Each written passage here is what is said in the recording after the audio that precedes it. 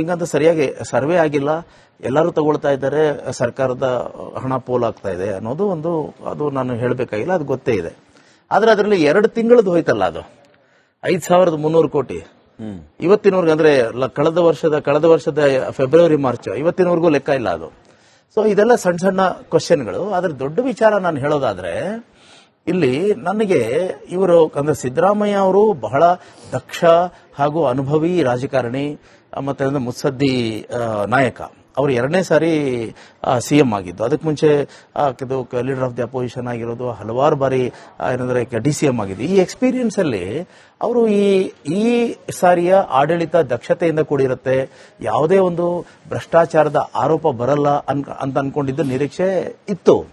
ಆದರೆ ಮೊದಲನೇ ವಾರದಿಂದಾನೆ, ಅಂದ್ರೆ ಮೇ 20th 2023 ಅಲ್ಲಿಂದನೇ ವರ್ಗಾವಣೆಯ ವಿಚಾರದಿಂದ ಹಿಡ್ಕೊಂಡು ಅದೇನಂತಂದ್ರೆ, ತಮಾಷೆ ಏನಂತಂದ್ರೆ, ಪ್ರತಿಪಕ್ಷದವರು ಯಾರಾದರೂ ಆರೋಪ ಮಾಡಿದ್ದಿದ್ರೆ ಓಕೆ ಇರ್ತಾ ಇತ್ತು.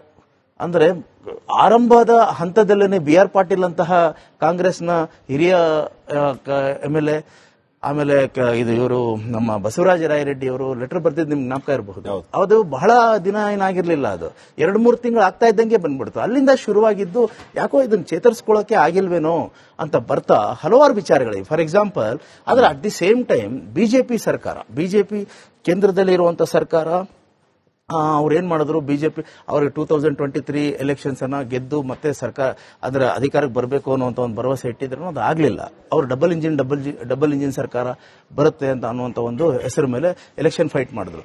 ಅದು ಬರದೇ ಇದ್ದಿದ್ದಕ್ಕೆ ಏನ್ ಮಾಡಿದ್ರು, ಅಲ್ಲಿ ಕೇಂದ್ರ ಸರ್ಕಾರದಲ್ಲಿ ಕೂತ್ಕೊಂಡು ರಾಜ್ಯ ಸರ್ಕಾರಕ್ಕೆ ಅಂದ್ರೆ ಎಲ್ಲಿವರೆಗೂ ಹೋಯ್ತು ಅಂತಂದ್ರೆ, 2023 ಬರಗಾಲ ಬಂದಾಗ ಬರಗಾಲಕ್ಕೆ ಒಂದು ಪರಿಹಾರ ಕೊಡದೆ ರಾಜ್ಯ ಸರ್ಕಾರ ಸುಪ್ರೀಂ ಕೋರ್ಟ್ಗೆ ಹೋಗಿ ಪರಿಹಾರವನ್ನು ತಗೊಂಡು ಬರಬೇಕು ಅನ್ನುವಂತ ಒಂದು ಪರಿಸ್ಥಿತಿ ಬಂದಿದ್ದು. ಅಂದ್ರೆ ಇಲ್ಲಿ ಬಿಜೆಪಿ ಮತ್ತೆ ಕಾಂಗ್ರೆಸ್ ಇಬ್ಬರನ್ನೂ ಕೂಡ ಇಲ್ಲಿ ನಾವು ಪ್ರಶ್ನೆನೇ ಮಾಡಬೇಕಾಗುತ್ತೆ. ಈ 1000 ವರ್ಷದಲ್ಲಿ ಕಾಂಗ್ರೆಸ್ ಸರ್ಕಾರ ದಕ್ಷತೆಯನ್ನು ತೋರಿಸಲಿಲ್ಲ, ಆದ್ರೆ ಬಿಜೆಪಿ ಕೇಂದ್ರದಲ್ಲಿ ಇದ್ಕೊಂಡು ಸಪೋರ್ಟ್ ಮಾಡ್ತಾ ಅನ್ನೋ ಪ್ರಶ್ನೆ ಹಾಗೆ ಉಳಿಯುತ್ತೆ. ಯಾಕಂದ್ರೆ ಸುಪ್ರೀಂ ಕೋರ್ಟ್ ಪ್ರಕರಣ ಇದೆಯಲ್ಲ, ಅದು ಬಿಜೆಪಿಯವರ ಒಂದು ಇದರಲ್ಲಿ ಅದು ಆತ್ಮವಿಮರ್ಶೆ ಮಾಡ್ಕೊಳ್ಳೇಬೇಕಾಗಿರುವಂತದ್ದು. ಸುಪ್ರೀಂ ಕೋರ್ಟ್ಗೆ ಹೋಗಿ ರಾಜ್ಯ ಸರ್ಕಾರ ಪರಿಹಾರ ತಗೊಳ್ಬೇಕಾದಂತ ಪರಿಸ್ಥಿತಿ ನಿರ್ಮಾಣ ಆಗಬೇಕಾಗಿತ್ತ. ಸರ್, ಸುರಭಿ ಹೊದಿಗೇರಿ ಅವರು ಕೂಡ ಆಗಮಿಸಿದ್ದಾರೆ, ಬಿಜೆಪಿ ವಕ್ತಾರರು. ಕಾರ್ಯಕ್ರಮಕ್ಕೆ ಸ್ವಾಗತ. ನಮಸ್ತೆ. ನಾನು ಅಬ್ದುಲ್ ಮುನೀರ್ ಅವರನ್ನ ಮಾತಾಡಿಸ್ತೀನಿ. ಮುನೀರ್ ಅವರೇ, ಸಾರ್ಥಕತೆ ಅನ್ನುವಂಥದ್ದು ಇದೆಯಾ? ಕುಮಾರಸ್ವಾಮಿ ಅವರು ಹೇಳ್ತಾ ಇದ್ರು 1000 ದಿನದ ಸಾಧನೆ ಏನಂತಂದ್ರೆ ಎಲ್ಲರನ್ನೂ ಸಾಲಗಾರರನ್ನಾಗಿ ಮಾಡಿದ್ದು, ಇವರು ಮಾತ್ರ ಶ್ರೀಮಂತರಾಗಿದ್ದು ಇವರ ಸಾಧನೆ ಅಂತ ಹೇಳ್ತಾ ಇದ್ದಾರೆ. ಬಿಜೆಪಿಯವರು 1000 ದಿನ ಅಲ್ಲ, ಕರಾಳ ದಿನಗಳಿದು, ಯಾವ ಪುರುಷಾರ್ಥಕ್ಕೆ 1000 ದಿನದ ಸಂಭ್ರಮ ಅಂತ ಕೇಳ್ತಿದ್ದಾರೆ. ಏನ್ ಹೇಳ್ತೀರಿ? ಕುಮಾರಸ್ವಾಮಿ ಅವರು ಸಾಲದ ಬಗ್ಗೆ ಮಾತಾಡ್ತಾ ಇದ್ದಾರೆ.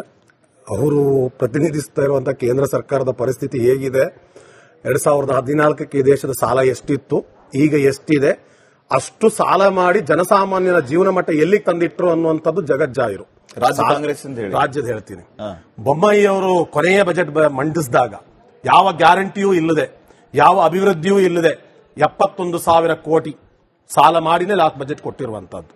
ನಾವು ಗ್ಯಾರಂಟಿಯ ಜೊತೆಯಲ್ಲಿ ನಾವು ಕ್ಯಾಪಿಟಲ್ ಎಕ್ಸ್ಪೆಂಡಿಚರ್ಗೆ ಕೊಟ್ಕೊಂಡು ಸಹಜವಾಗಿ ಡೆಫಿಸಿಟ್ ಆಗದೆ ಇರುವ ರೀತಿಯಲ್ಲಿ ನಮ್ದು ಸಾಲ ಏನು ಇದರ ಪ್ರಕಾರನೇ ಇದೆ, ಅದ್ರ ಪ್ರಕಾರ ಸಾಲ ಮಾಡಿದೀವಿ. ನೀವು ಏನು ಗ್ಯಾರಂಟಿ ಕೊಡದೇನೆ ಸಾಲ ಮಾಡಿದ್ದೀರಿ. ನಾವು ಜನರಿಗೆ ಒಂದಿಷ್ಟು ಯೋಜನೆಗಳನ್ನು ಕೊಟ್ಟು ಸಾಲ ಮಾಡಿದೀವಿ. ಆದ್ರೆ ಸಾಲ ಇಲ್ಲದೆ ಇರುವಂತಹ ಬಜೆಟ್ ಯಾವ್ದಾದ್ರೂ ಇದೆಯಾ? ಅಥವಾ ಕೇಂದ್ರ ಸರ್ಕಾರದವರು ಏನಾದ್ರೂ ಅದನ್ನು ಮಾಡಿ ತೋರಿಸಿದಾರ ರಾಜ್ಯಗಳಿಗೆ? ನಾವು ಸಾಲ ಮಾಡೋ ಪರಿಸ್ಥಿತಿ ಯಾಕೆ ಬಂತು? ರಾಜ್ಯ ಸರ್ಕಾರದ GST ಪಾಲಾಗಿರಲಿ, ನಮ್ಮ ಅನುದಾನದ ಪಾಲಾಗಲಿ ಸರಿಯಾದ ರೀತಿಯಲ್ಲಿ ನಮಗೆ ಬಂದಿದ್ದಿದ್ರೆ ನಾವು ಸಹ ಸಾಲ ಮಾಡಬೇಕಾದಂತ ಪರಿಸ್ಥಿತಿ ಬರಲಿಲ್ಲ. ಇವತ್ತು ಪತ್ರಕರ್ತರು ಹೇಳ್ತಾ ಇದ್ರು, ನಾವು ಪ್ರತಿಯೊಂದು ಒಕ್ಕೂಟ ವ್ಯವಸ್ಥೆಯಲ್ಲಿ ನಮಗೆ ನ್ಯಾಯಯುತವಾಗಿ ಸಿಗಬೇಕಾಗಿದ್ದನ್ನ ಕೋರ್ಟ್ನ ಮುಖಾಂತರ ನಾವು ಕೇಳುವಂತ ವ್ಯವಸ್ಥೆಯನ್ನು ತಂದಿಟ್ಟವರು ಯಾರು? ಭಾರತದ ಇತಿಹಾಸದಲ್ಲಿ ಅದು ಇರಲಿಲ್ಲ. ಇನ್ನು ಅಭಿವೃದ್ಧಿ ವಿಷಯ ಅಂತ ಹೇಳ್ತೀರಿ, ಜನಸಾಮಾನ್ಯನ ಜೀವನ ಮಟ್ಟ ಸುಧಾರಿಸುವುದಿದೆಯಲ್ಲ, ಅದರಿಗಿಂತ ದೊಡ್ಡದಾದ ಅಭಿವೃದ್ಧಿ ಇನ್ನೊಂದಿಲ್ಲ. ಕೇವಲ ರಸ್ತೆಗಳು ಅಥವಾ ಬಿಲ್ಡಿಂಗ್ಗಳು ಮಾತ್ರ ಅಲ್ಲ, ಅದ್ರ ಜೊತೆಯಲ್ಲಿ ಇವತ್ತು ಯಾಕೆ ಕರ್ನಾಟಕ ಪರ್ ಕ್ಯಾಪಿಟಲ್ ಇನ್ಕಮ್ ನಲ್ಲಿ ನಂಬರ್ 1 ಯಾಕೆ ಬಂತು?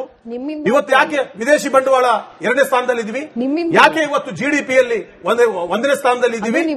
ಯಾಕೆ ಇವತ್ತು ಕೇಂದ್ರ ಸರ್ಕಾರ ಘೋಷಣೆ ಮಾಡ್ತಾ ಇದೆ ಗ್ರಾಮ ಪಂಚಾಯತ್ ಸಂಬಂಧಪಟ್ಟ ಪಂಚಾಯತ್ ರಾಜ್ಯದಲ್ಲಿ ನಾವೇ ನಂಬರ್ 1? ಯಾಕೆ? ಏನಕ್ಕೆ? ನಾವು ಕೊಡ್ತಾ ಇರುವಂತದ್ದಲ್ಲ, ಕೇಂದ್ರ ಸರ್ಕಾರದ ಮಂತ್ರಿಗಳೇ ಮಾತಾಡ್ತಾ ಇರುವಂತದ್ದು. ನೀವು ಅಲ್ಲ ಇದೆಲ್ಲ ಸುಳ್ಳುಗಳನ್ನ ನಿಮ್ಮಿಂದ ಆಯ್ತು ಅಂತ ಹೇಳ್ತಿದ್ದೀರಾ ನೀವು? ಈ 2.5 ವರ್ಷದಿಂದ ಮುಂಚೆ ಇದ್ದಿದ್ದಕ್ಕೂ ಇವಾಗ ಇರೋದಕ್ಕೂ ನೀವೇ ತುಲನೆ ಮಾಡ್ಕೋಬೇಕು. ಡಾಟಾಗಳು ಫಿಂಗರ್ ಟ್ರಿಂಪಲ್ಸ್ ಸಿಗತ್ತೆ ಇವತ್ತು ನಮಗೆ, ಬೆರಳ ತುದಿಯಲ್ಲಿ ಸಿಗತ್ತೆ, ಏನ್ ಜಾಸ್ತಿ ಹುಡುಕ್ಬೇಕಾಗಿಲ್ಲ. ಆದ್ರೆ ಬಿಜೆಪಿಯ ಫೇಸ್ಬುಕ್ ವಾಟ್ಸ್ಆಪ್ ನೋಡ್ಕೊಂಡ್ಬಿಟ್ರೆ ಪಾಪ ಜನ ಅದ್ರ ಸತ್ಯ ಅಂತ ನಂಬ್ಕೋತಾರೆ. 4,09,000 ಕೋಟಿ ಬಜೆಟ್ ಕೊಟ್ವಿ, ಎಲ್ಲಿ ಹೋಗಿದೆ? ಕೆಲಸ ಆಗದೆ ಇದ್ರೆ ಬಜೆಟ್ ಅಲ್ಲಿ ಹೋಗುತ್ತೆ. ಗ್ಯಾರಂಟಿ ಹೋಗಿರೋದು ವರ್ಷಕ್ಕೆ 52,000 ಕೋಟಿ, ಉಳಿದಿರೋದು ಎಲ್ಲದೂ ಸಹ ನಮ್ದು ಸ್ಯಾಲರಿಗೆ ಮತ್ತೆ ಪಿಂಚಣಿಗೆ ಏನ್ ಕೊಡಬೇಕಾದ. ನೋಡಿ, ನಮ್ದು ಸಂಪನ್ಮೂಲ ಇಲ್ಲ, ಆದಾಯ ಇಲ್ಲ ಅಂದ್ರೆ ನಾವುಗಳು ನಮ್ಮ ಪಿಂಚಣಿಯನ್ನು ಸಹ ಏರಿಸಿರೋದ್ರಿಂದ 12,000 ಕೋಟಿ ಎಕ್ಸ್ಟ್ರಾ ಬರ್ಡನ್ ನಮ್ಗದು ಎಲ್ಲಿಂದ ಮಾಡಿದ್ವಿ? ಎಲ್ಲ ಅಭಿವೃದ್ಧಿಗಳು ಮಾಡ್ತಾ ಇದ್ದೇವೆ. ಬೇಕಾದ್ರೆ ಅವ್ರು ಡಿಬೇಟ್ ಮಾಡ್ಲಿ. ನಾನು 1 ಗಂಟೆ ಪ್ರತಿ ಒಂದು ಇಲಾಖೆಯನ್ನ ಓದಿ ಹೇಳ್ತೇನೆ. 2019ರಿಂದ 2023 ತನಕ ಏನಾಗಿದೆ, ನಮಗೆ ಕೊಟ್ಟಿರುವ 2.5 ವರ್ಷದಲ್ಲಿ ಏನಾಗಿದೆ ಅಂತ ಪ್ರತಿ ಒಂದು ನೀವು ಸಮಯ ಕೊಡ್ಬೇಕು. ನನಗೆ 1 ಗಂಟೆ.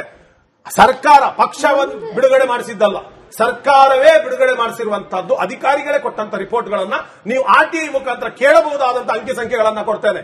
ಅದನ್ನ ಬಿಜೆಪಿಯವರು ಚಾಲೆಂಜ್ ಮಾಡಿ. ಎಸ್, ಸುರಭಿ ಹೊದಿಗೆರೆ ಏನ್ ಹೇಳ್ತೀರಿ? ಸಾಧನೆಗಳನ್ನ ಹೇಳಕ್ಕೆ ಕೇಳಿದಾಗ ನೀವು ಬರೀ ಸಮಾವೇಶಗಳು ಮಾಡ್ತೀರಾ, ನೀವು ಬರೀ ಕೇಂದ್ರ ಸರ್ಕಾರವನ್ನ ಮಾಡಿಲ್ಲ ಅಂತ ಹೇಳ್ತೀರಾ.